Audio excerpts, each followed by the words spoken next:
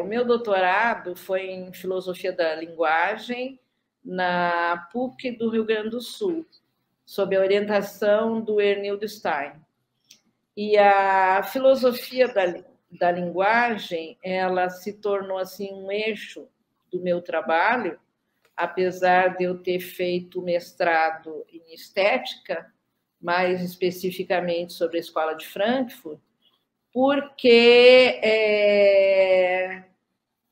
atualmente, apesar do meu doutorado ser de 2002, a questão da linguagem, para mim, tem uma importância bem grande devido ao meu trabalho, não só em filosofia, como em psicanálise, né? Então, esse suporte à linguagem me deu a possibilidade de fazer um link entre esses dois temas, né? Essas duas disciplinas. E atualmente eu acho que a questão da linguagem é super importante, não só para a filosofia e para a psicanálise, mas também como quem trabalha com literatura, quem trabalha com línguas estrangeiras. Eu mesmo fui professora de francês durante muito tempo na Aliança Francesa, em Curitiba, então eu tenho, assim, uma predileção muito grande sobre o tema da linguagem. Legal, legal, muito bom. Eu gostaria que você falasse um pouquinho, Cris, sobre a importância da filosofia da linguagem para os outros setores da filosofia. Sim, a filosofia da linguagem, ela sempre esteve presente na filosofia, né? Tanto na filosofia clássica, como na filosofia moderna, e quanto na filosofia contemporânea. Mas esse aporte que nós damos, né, da linguagem, interpretação, significado, significante e outras abordagens, tem uma importância na contemporaneidade muito grande devido ao boom que aconteceu na virada do século XIX para o século XX, com o que nós chamamos virada linguística, né? E que depois, né, se tornou, assim, de uma forma mais técnica, né, filosofia analítica. Ou seja, a filosofia, ela não tem mais o suporte histórico, mas ela tem um suporte na lógica e na linguagem, né? Então, lógica e linguagem. Então, fazer filosofia a partir desse instrumento de trabalho, que é a lógica e a linguagem, e toda a consequência disso, a questão da interpretação, a questão da semântica, a questão da sintaxe e da pragmática, todo esse tipo de trabalho, né, ele decorre da filosofia da linguagem contemporânea. Daí sua importância. Não, como é a teoria da significação de Donald Davidson?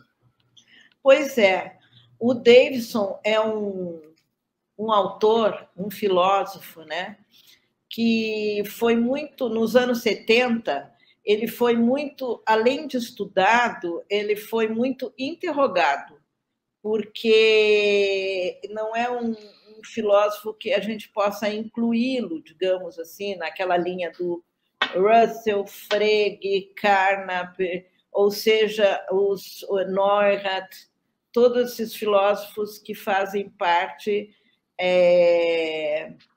do Círculo de Viena, né? Ou do positivismo lógico.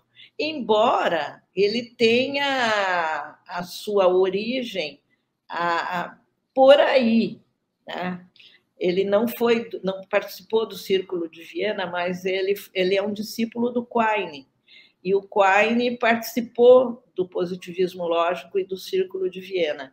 E ele tem muita influência do Quine e tem muitos pontos que o ligam ao Quine e esse movimento da filosofia analítica e da filosofia da linguagem ligada a esse movimento, que é um movimento bem importante na filosofia, como eu disse anteriormente, da virada do século, e esses filósofos, eles são oriundos da Inglaterra, né? São filósofos ingleses, alemães, austríacos, mas também muitos filósofos americanos se juntaram a eles.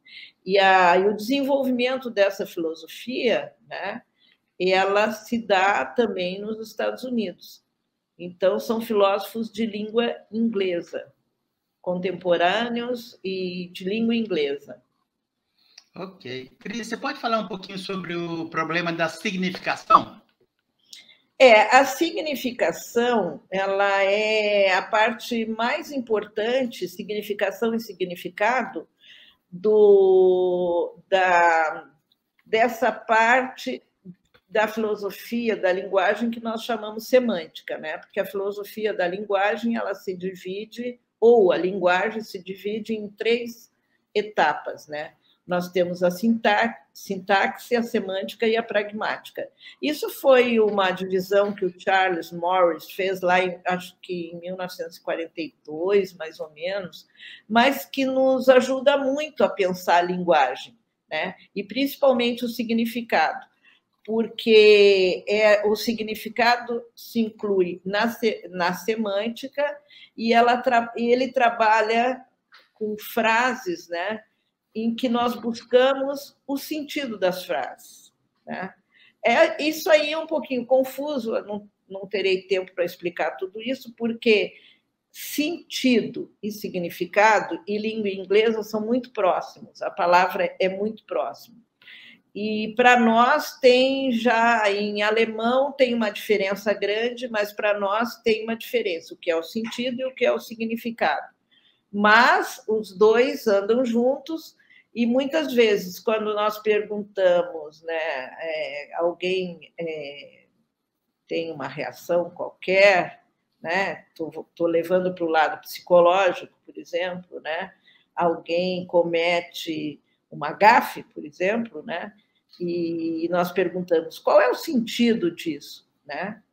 E, na verdade, nós também perguntamos qual é o significado disso, o que é que você quis dizer com isso, né? Isso na psicanálise é muito presente, né?